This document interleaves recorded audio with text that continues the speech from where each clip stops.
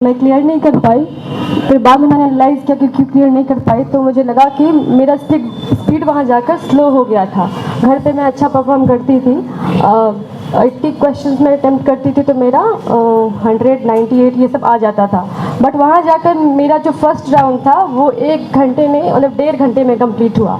बस आधे घंटे बचे थे मुझे दोबारा से पेपर को देखने के लिए, तो मैं थोड़ा पैनिक फील होने लगा। उसके बाद मैं बस 56 क्वेश्चन अटैम्प्ट कर पाई, जिसके बाद से मुझे लगा कि मेरा नहीं होगा। फिर मैं किसी कोचिंग से मैच किया तो 33 सही हो रहा था, बट वो नहीं हो पाया। तो फिर ये है कि मैं वहाँ परफॉर्म नहीं कर पाई अच्छा, तो फिर उसको कैसे मैं अगले अटेम्प्ट में सुधार सकती हूँ। कितने मॉक पेपर्स आप लगाए थे? तो मॉक पेपर्स मेरे 25 ही लगाए थे मैंने।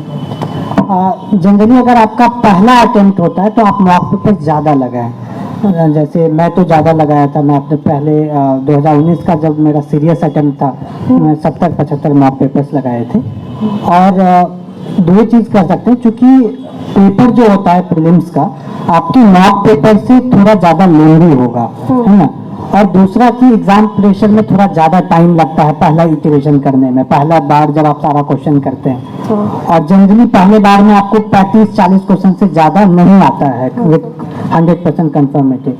सो आप दूसरी बार करते हैं, तीसरी बार करते हैं। तो इसमें मैं क्या करता था कि मैं कोशिश करता था कि जब मैं घर पे बैठ के दे रहा हूँ तो मेरा पहला इटरेशन 1 घंटे में ख़त्म हो। 1 घंटे 5 मिनट 10 मिनट बहुत ज़्यादा। तो फाइनल एग्जामिनेशन में 1 घंटे 20 मिनट में ख़त्म हुआ था 2019 में। लेकिन 2020 के पेपर में मेरे 1.5 घंटे में ख़त्म हुआ था। 1 घंटा 25 मिनट में ख़त्म हुआ था पहला इटरेशन। तो उस टाइम याद रखें कि चूंकि आप सारा क्वेश्चन एक बार पढ़ चुके हैं, टाइम कम है, 35 मिनट है, उसके बाद भी वो भी सफिशिएंट होगा अगर उसी टाइम को आप अच्छे से वहाँ पे यूटिलाइज करेंगे। अगर आप नर्वस नहीं होते, अगर आप कॉन्फिडेंस लूज नहीं करते, तो आप सेकंड इटरेशन बहुत जल्दी खत्म करते। तो मैं 1 घंटे 25 मिनट में ऑलमोस्ट 35 क्वेश्चन किया था, और 35 से 40, फिर 20 ऐसे क्वेश्चन थे जो 70 से 80% में ऑलमोस्ट श्योर था। फिर सेकंड राउंड में मैं 40 क्वेश्चन ऑलमोस्ट किया। फिर लास्ट के 10 मिनट में मैं 25 से 30 क्वेश्चन किया था। ये पॉसिबल इसलिए हो पाया कि मैं वहाँ पे कॉन्फिडेंस लूज नहीं किया। और अगर आप पर क्वेश्चन देखें तो एक क्वेश्चन को 20 सेकंड मिला था मुझे, अगर मैं 10 मिनट में 30 क्वेश्चन कर रहा हूँ। और मैं अगर 2 बार उस क्वेश्चन को देख चुका हूँ, फिर से मैं 20 सेकंड दे रहा हूँ, तो वो 20 सेकंड सफिशिएंट हो जाता है। सो आप प्रैक्टिस अच्छे से करें। सो इसके लिए मॉक पेपर्स में क्या करता था, कभी कभी मॉक पेपर्स को मैं 1 घंटे 50 मिनट में देता था और उसको अच्छे से एनालाइज करता था, पूरा प्रैक्टिस करता था, और फाइनल एग्जामिनेशन में कॉन्फिडेंस लूज नहीं करता था। तो इसी से आपका जो है वो जो दिक्कत हुई एग्जाम में वो नहीं होगी। आप 80 से 80+ क्वेश्चंस को अटेम्प्ट कर पाएंगे। Okay sir, thank you sir. Prashant sir, आपसे मैं पूछना चाहूँगी कि आपने प्रिपरेशन के दौरान यहीं समस्तीपुर में रह के प्रिपेयर किया या फिर कहीं और रह के? हाय, आपका नाम? पूजा। हाय पूजा। Thank तो पूजा जी, मैंने नहीं प्रिपरेशन तो यहीं से करी थी, पर जैसा मॉक इंटरव्यूज़ जब होते हैं तो आपको 1-2 मॉक इंटरव्यूज़ वहाँ जाके देने पड़ते ही हैं। हाँ। तो उसके लिए मैं दिल्ली चला गया था। अच्छा, अभी लोग कहते हैं कि नहीं तुमको कोचिंग के लिए जाना चाहिए दिल्ली, या फिर यहाँ घर पे रह के नहीं हो पाएगा, तो ये आई थिंक नहीं, इस स्टेज पे जाना चाहिए कि नहीं? क्योंकि अभी मैं मतलब सब कुछ समझ चुकी हूँ, मतलब प्रीलिम्स भी दिया है, तो फिर इस स्टेज पे जाना टाइम वेस्ट हो जाएगा, क्योंकि अब बस 7 महीने बचे हैं अगले नेक्स्ट प्रीलिम्स के लिए। तो सर अभी जाना तो फिर कैसा रहेगा या नहीं जाना चाहिए? देखिए, इसका सबसे अच्छा आंसर आप खुद दे सकती हैं, और आई थिंक आपको पता भी है कि आपको लग रहा है कि अगर जाने से टाइम वेस्ट होगा तो मत जाइए। जैसा शुभम ने बताया आपको कि मॉक्स दीजिए। एक चीज़ और मैं कहूँगा कि मॉक्स में आप OMR भी भरा करें। कई बार क्या होता है ना कि OMR भरने का हम टाइम लेते नहीं है जब हम घर पे मॉक्स दे रहे होते हैं। तो मैं इस मामले में काफ़ी रिलीजियस था कि मैं OMR भी भरता था, मैं मास्क भी पहनता था, मैं पंखा भी बंद करके देता था। क्या पता पंखा हो ना हो। तो इस मामले में थोड़ा रिलीजियस रहिए और थोड़ा डिटैच होकर एग्ज़ाम दिया कीजिए, क्योंकि जब आप बहुत ज़्यादा रिजल्ट के बारे में सोचते हैं ना, जैसे मैंने इस बार का भी प्रीलिम्स दिया है, और इस बार मैं काफ़ी डिटैच होकर दे रहा था क्योंकि ऑब्वियसली एक सर्विस मिल रही थी। तो इस बार मैंने देखा कि मेरा ज़्यादा अच्छा परफॉर्मेंस रहा। तो थोड़ा डिटैच होकर अगर आप पेपर देंगे तो वो जो नर्वसनेस है ना, थोड़ी नर्वसनेस तो अच्छी होती है, बट ज़्यादा नर्वसनेस आपके प्रोडक्टिविटी को कम कर देती है। Okay sir, thank you. Hello. एक पॉइंट ऐड करना चाहता हूँ। हेलो, हाँ बस मैं एक पॉइंट ऐड करना चाहता हूँ। जैसे आप लोग एग्ज़ाम में डिप्रेस फील करने लगते हैं ना कि अब क्या होगा, बहुत टाइम निकल गया। मैं कहता हूँ कि उस पॉइंट पे आप थोड़ा सा सोचिए, एक बार ब्रीथ कीजिए एंड थिंक कि क्या हो सकता है अधिक से अधिक। एग्ज़ाम नहीं निकलेगा ना, लाइफ थोड़ी ख़त्म हो जाएगा। अब उस मोमेंट पे जब दोनों कॉन्सिक्वेंस साथ में लेके चलेंगे कि हाँ अधिक से अधिक यही होगा कि मेरा एग्ज़ाम नहीं निकलेगा, फिर आपके पास टेंशन नहीं होगा। उसके बाद से आप बिल्कुल मेरिट से एग्ज़ाम दीजिए, एक एक क्वेश्चन को मेरिट से सिलेक्ट कीजिए और दीजिए, ये बेस्ट तरीका होगा। मेरे साथ 2019 के अटेम्प्ट में CSAT में मैं बिल्कुल प्रिपरेशन नहीं करके गया था, क्योंकि ऑब्वियसली मैं इंजीनियरिंग स्टूडेंट हूँ, मुझे लगा मैं तो कर ही लूँगा। और आधे घंटे बीत गए थे और 6 से 7 क्वेश्चन हो पाया था। तो अगेन मैं ऑब्वियसली डिप्रेस्ड हो गया था कि अब क्या होगा, क्योंकि मेरा पहला पेपर बहुत अच्छा चला गया था। एंड आई वॉज थिंकिंग कि यदि मेरा सेकेंड पेपर अच्छा नहीं जाए, उसकी वजह से ना निकले, it will be very insulting. Then at that moment मैं ब्रीथ किया और सोचा कि ठीक है, अधिक से अधिक क्या होगा, नहीं होगा ना। And then I started doing the questions and I got 120 marks के अराउंड लेके आ पाया। तो वही मैं कहूँगा कि उस मोमेंट पे ब्रीथ कीजिए एंड दोनों कॉन्सिक्वेंस को साथ में लेके चलिए, फिर कोई टेंशन नहीं होगा, आप अच्छे से एग्ज़ाम दे पाएंगे। अगला क्वेश्चन हम पीछे से लेंगे। पीछे माइक किसके पास है? माइक किसके पास है पीछे? पीछे माइक किसके पास है? माइक।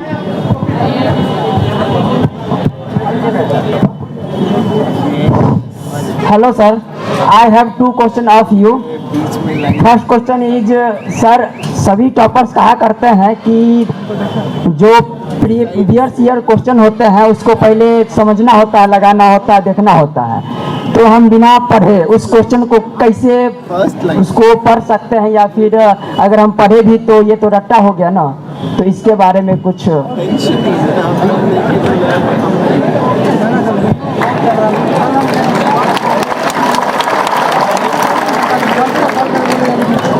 जी, चूँकि मैं चेहरा नहीं देख पाया भीड़ में, बट जिन्होंने भी यह क्वेश्चन पूछा, काफ़ी रिलेवेंट और काफ़ी टू द पॉइंट क्वेश्चन है, और इसका मैं आंसर दूंगा, वो आप लोग ध्यान से सुने।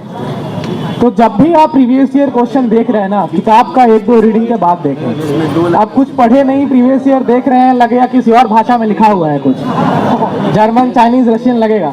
तो पहले किताब का 1-2 बार रिवीजन कर लें, लक्ष्मीकांत स्पेक्ट्रम जो भी है वो 1-2 बार पढ़ लें, और उसके बाद प्रीवियस ईयर देखें, और फिर देखें कि जो मैंने पढ़ा है, याद तो बिल्कुल नहीं होगा दो रिवीजन में, लेकिन किस टाइप के क्वेश्चन आ रहे हैं वो उससे पता चल जाएगा।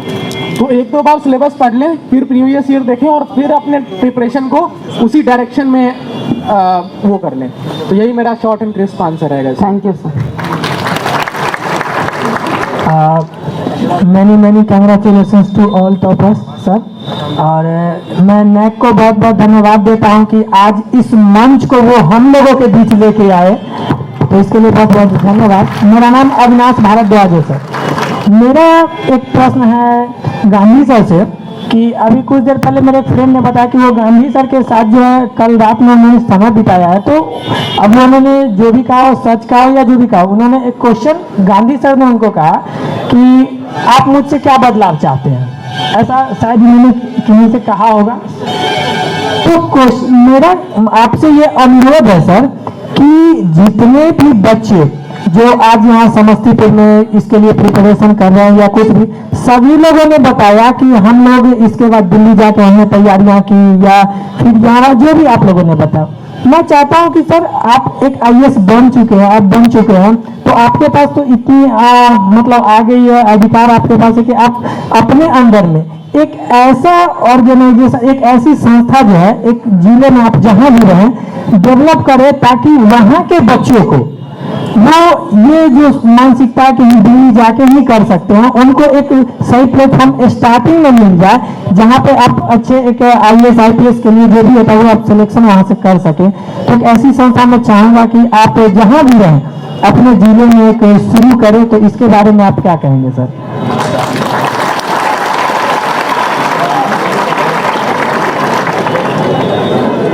जी मैं इस सवाल के जवाब में यही कहूँगा कि जो नेक्स्ट जो संस्था है जिन्होंने यह कार्यक्रम अरेंज किया है, उनका यही मकसद है कि जो बच्चे दिल्ली नहीं जा सकते हैं उनको गाइडेंस कैसे दें।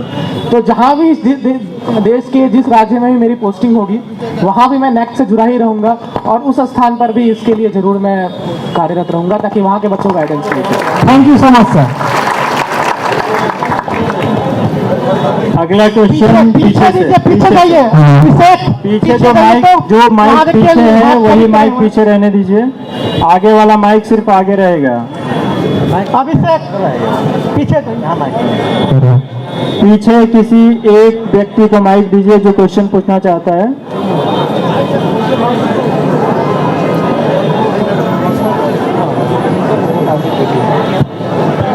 पीछे जाइए माइक लेके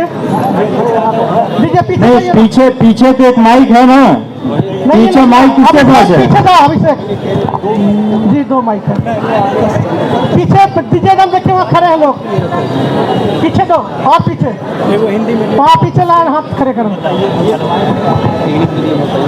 अरे भाई आगे वाला माइक कहाँ है? आगे वाला गुड इवनिंग सर। कहाँ रखा माइक? गुड इवनिंग सर, मेरा नाम राजरत्न कुमार है। आप रखो यहाँ, आप यहाँ आइए। जी सर। आप यहीं रहिए। सर मेरा एक प्रश्न है सर, मैं एक पेशेवर हूँ, मतलब पूरे दिन एक दुकान में काम करता हूँ और मेरे पास पढ़ने के लिए टाइम नहीं होता है। सुबह से लेकर शाम 8 बजे तक मैं बिजी रहता हूँ। क्या मेरे लिए यूपीएससी प्लेटफॉर्म है? क्या मैं इसका तैयारी कर सकता हूँ? सर ये मेरे आंसर चाहिए इसका। आपने ग्रेजुएशन किया है? जी सर। किस स्ट्रीम से? सर फिजिक्स ऑनर्स है। Physics honours? जी सर। ठीक। ये सवाल बहुत अच्छा सवाल है और इसका मैं ये जवाब देना चाहता हूँ कि मैं अपनी ही कहानी बताऊँगा कि मैं 2013 में जो आईएएस का एग्ज़ाम क्लियर किया था, उससे पहले 2004 से मैं कंटिन्यू गवर्नमेंट जॉब कर रहा हूँ और कभी छुट्टी नहीं लेता था। प्लस 2008 में मेरी मैरिज भी हो गई थी, 2009 में मेरी डॉटर भी हुई थी। तो इतना सारा कुछ करने के बाद भी मैं आईएएस बन पाया हूँ। तो ये उन लोगों के लिए है जिनके पास सिचुएशन ऐसा है कि आपको नौकरी या जॉब जो भी करना ही करना है। जिनको अगर ज़रूरत नहीं है वो तो नौकरी छोड़ सकते हैं, पूरा टाइम उनको दीजिए आईएएस को। लेकिन जिनके पास मजबूरी है, जैसे उन्होंने बोला, तो मैं कहता हूँ कि उसके बाद भी आप बन सकते हैं। मैं क्या करता था कि रोज़ ऑफिस से होता है दिल्ली में भी, फिर 1 घंटा जाने में मेट्रो से, बस से 1 घंटा आने में, उसके बाद आप थक जाते हैं, पढ़ाई नहीं कर सकते हैं। तो सैटरडे संडे 2 दिन सिर्फ टाइम मिलता था, उसमें हम 1 हफ्ते का न्यूज़पेपर पढ़ते थे। ये मुश्किल होता था। लेकिन कल भी मैंने गोपालगंज में बताया था, आज ही मैं यहाँ बता रहा हूँ। एक चीज़ है जिसको बोलते हैं मेंटल प्रिपरेशन, कि आप चाय के दुकान पे हैं, कपड़े के दुकान पे हैं, या कोई क्लर्क का काम कर रहे हैं, कोई कंपाउंडर का काम कर रहे हैं, कोई भी आप काम कर रहे हैं, आप खेत में खेती कर रहे हैं, लेकिन आपके मन में जो आपने कल पढ़ाई की, आईएएस की कोई किताब पढ़े, हिस्ट्री पढ़े, ज्योग्राफी पढ़े, कोई आपने क्वेश्चन पेपर्स पढ़ा था, वो सारी चीज़ें आपके दिमाग में घूमना चाहिए 24/7 जब तक आप जगे हुए हैं।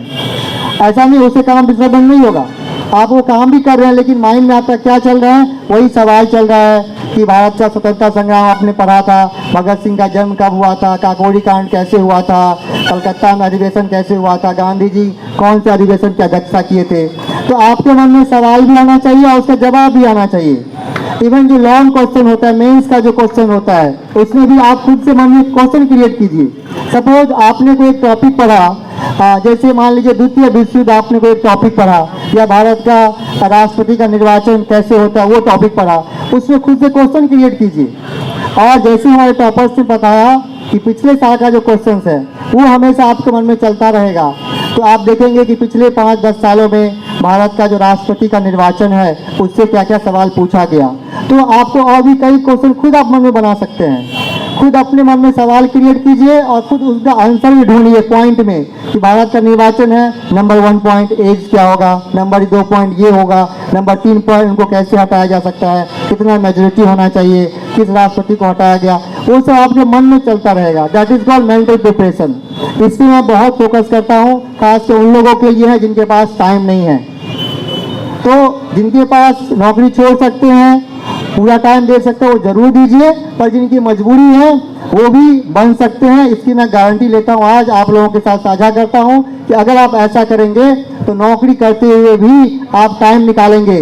जरूरी नहीं है कि आप डेली 8 घंटा पढ़ें, जरूरी नहीं है कि आप 10 घंटा पढ़ें, वो पढ़ेंगे तो जरूर है कि आप एक ही बार में सत्यम की तरह बन सकते हैं IAS। लेकिन जिसकी मजबूरी है कि कभी वो 1 ही घंटा पढ़ सकता है, कभी 2 ही घंटा पढ़ सकता है, कभी 5 घंटा पढ़ सकता है, कभी नहीं पढ़ सकता है, वो भी बन सकता है। ये मैं आपको कहने के लिए आया हूँ। Thank you sir. My next question sir, एक question sir please sir, one question on sir. Shubham sir से मेरा प्रश्न है सर, ये 2 शब्द आते हैं, एक रटना और एक समझना, और यूपीएससी के सापेक्ष यह कहाँ तक सही है और कौन सा सही है? आपका जो प्रीलिम्स होता है वहाँ पे बहुत सारी चीज़ें आपको रखना भी पड़ता है, आपको याद करना पड़ता है। जो स्टैटिक पोर्शन आपको याद करना पड़ता है, लेकिन जो मेंस का जो एग्जामिनेशन होता है उसमें आपको समझना भी पड़ता है। समझना क्यों? बहुत बड़ा ऐसा होता है जो क्वेश्चंस होते हैं उसमें आपका अप्रोच पूछता है, और जब आप खुद का अप्रोच लिखेंगे तो आपको मार्क्स भी ज़्यादा मिलता है। तो मेंस में, जीएस के पेपर में और इवन ऑप्शनल के पेपर में मैं खुद का एनालिसिस ज़्यादा लिखता था, और जो रटने वाला चीज़ है जैसे कुछ फैक्ट्स फिगर्स हैं वो रटता भी था ताकि उसको मैं आंसर्स में डालूं और अच्छा बनाऊं।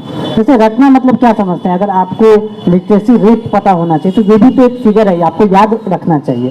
तो दोनों का कॉम्बिनेशन जरूरी है, और मेंस में खास करके आपको समझ करके हर एक टॉपिक के बारे में लिखना होता है। Thank you. Thank you.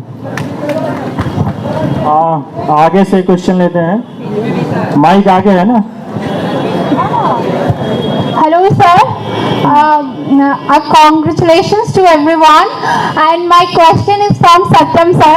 Sir, I am doing my graduation from DU and I am in 2nd year.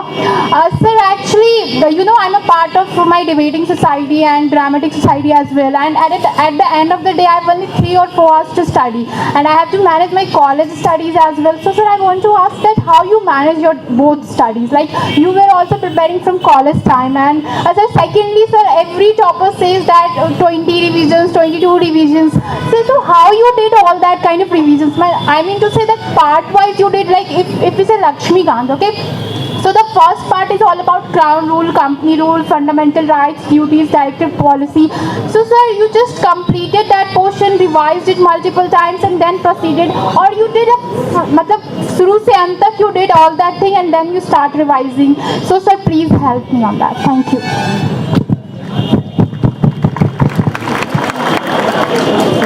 आपका जो सवाल था काफ़ी रिलेवेंट है, और दोनों सवाल के मैं संक्षेप में आंसर दूंगा।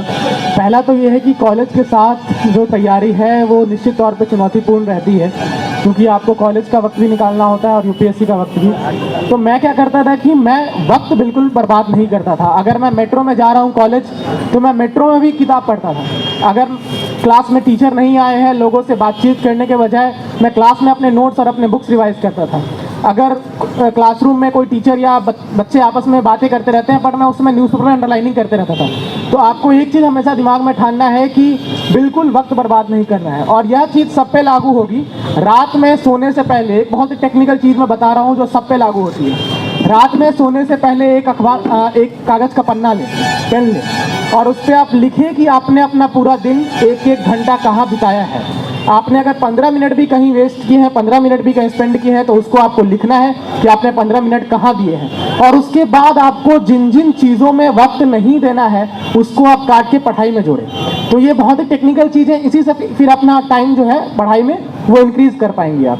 और दूसरी चीज़ ये है कि आप जो भी पढ़ रहे हैं ना, जैसे रिवीजन की बात हुई 20-22 बार, कभी भी आपको 7-8 रिवीजन के बाद कवर टू कवर नहीं पढ़ना होता है। आपने 6-7 बार रिवाइज कर लिया बुक को, तो आपको खुद पता चल जाएगा कौन सी चीज़ें इसमें इंपॉर्टेंट है और कौन सी नहीं।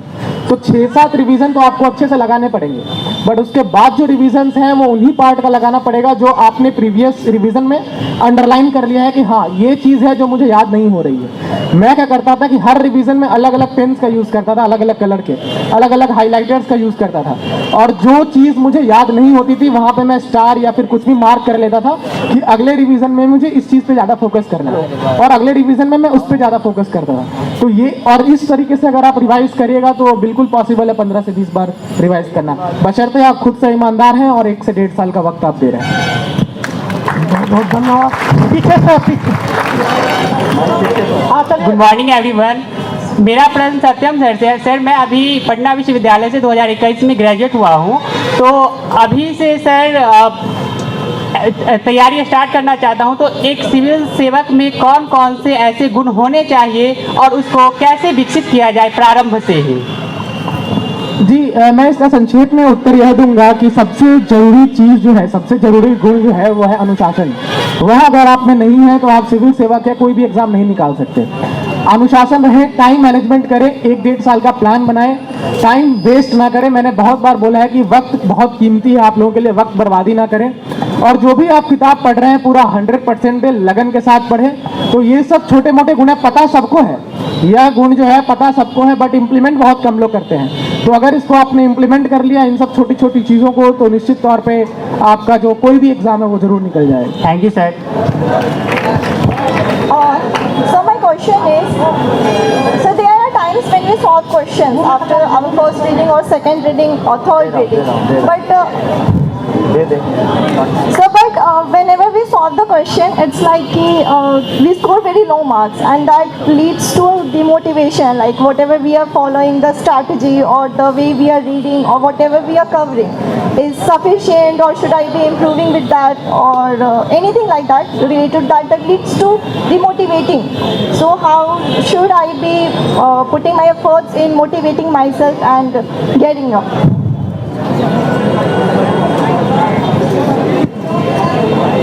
See, it will happen that you will score low marks sometimes in prelims or mains. और इस बार जब when I attempted prelims mock papers in 2020 में जब मैं एक mock paper लगाया तो मुझे 54 मार्क्स आए थे। और you know the cut off कितना जाता है, वो 90-100 के करीब जाता है। और ये मेरे प्रीलिम्स से 15 दिन या 20 दिन पहले मुझे ऐसे मार्क्स आए थे एक मॉक पेपर्स में। और मेरे मॉक, और ये मैं शेयर भी किया हूँ, बहुत जगह मैं बताया भी। और मेरे मॉक पेपर्स के जो एवरेज स्कोर होते थे वो 70, 75, 80 तक होता था, उससे ज़्यादा नहीं। और मेंस में भी यही होता था कि मैंने विजन आईएएस के टेस्ट सीरीज लगाया, उसमें मुझे 320 मार्क्स 2019 में आया था, लेकिन जब फाइनल एग्जामिनेशन हुआ तो 428 मार्क्स आया। सो कोरिलेशन नहीं होता है। आपको मॉक पेपर से अलग चीज़ें सीखनी है, आपको सीखना है कि आप कैसे उसको अटेम्प्ट कर रहे हैं, उसको एग्जामिनेशन इन्वायरमेंट को सिमुलेट करना है। 2020 में मैंने कोई मॉक मतलब कोई कोचिंग ज्वाइन नहीं किया टेस्ट के लिए भी। मैं मार्केट से खरीदता था, रूम पे बैठ करके देता था, और बहुत बार तो खुद से ही एनालाइज कर लेता था। सो वो एनालिसिस ज़्यादा जरूरी है। आप मार्क्स की चिंता ना करें, आप अपना पेपर्स को, जो टॉपर्स के पेपर्स है उससे कंपैरिजन करें। आप अपने पीयर ग्रुप जो आपके दोस्त को लिख रहे हैं तो उनसे कंपैरिजन करें, खुद एनालाइज करें, है ना। मार्क्स की चिंता ना करें, क्योंकि बहुत बार तो जो सेलेक्टेड नहीं है, मतलब मैक्सिमम तो वही चेक करते हैं। सो मार्क्स की चिंता ना करें और ग्रेजुअल इंप्रूवमेंट करने की कोशिश करें, है ना। हेलो, थोड़ा शांति के साथ आप लोग सुने। जैसे कि अगर जवाब दिया जा रहा है उसी में अगर आप लोग पूछेंगे कि यहाँ माइक लाओ, यहाँ माइक लाओ, तो फिर कैसे सुनोगे यार। हाँ खड़े हो, मैं भी देख रहा हूँ यार, तुम प्रयास कर रहे हो, थोड़ा सा धैर्य रखो। हाँ माइक अभी किसके पास है? हेलो, माइक आप उधर है, ठीक है, आपके अपने पीछे दे दो। हेलो सर, अच्छा ठीक है, एक सेकंड आप पूछ लीजिए, और पूछकर माइक जो है पास ऑन कर दीजिएगा। Okay, thank you, sir. Good morning, everyone. My name is Supriya. My question is, I actually take my prelims this year. I used to score good in my mock papers. I already took 75 to 80 mock papers, and I used to score 120, 130, and 150 plus 7 marks. But what I did in my exam was I tried to be very calm, but somehow in the exam anxiety took me over, and the simplest question I did were wrong. The toughest question I did were right, but the simplest were wrong. So ultimately at the end of the day I realized that I prepared at my home and I did not take any offline test series or whatever. So I thought that giving offline exams and going to Delhi would benefit me. But after hearing you guys, I want to ask, whether taking offline mocks will benefit me, or I can improve on my own and I can gain my confidence back. See, I have mentioned that in my this attempt, I did not attend any offline, any coaching institute mock. I just used to download the papers and then used to write in my room, है ना. तो आप room पे बैठ के भी लिख सकते हैं, आपको ज़रूरत नहीं कि आप जाके वहाँ ज्वाइन करें.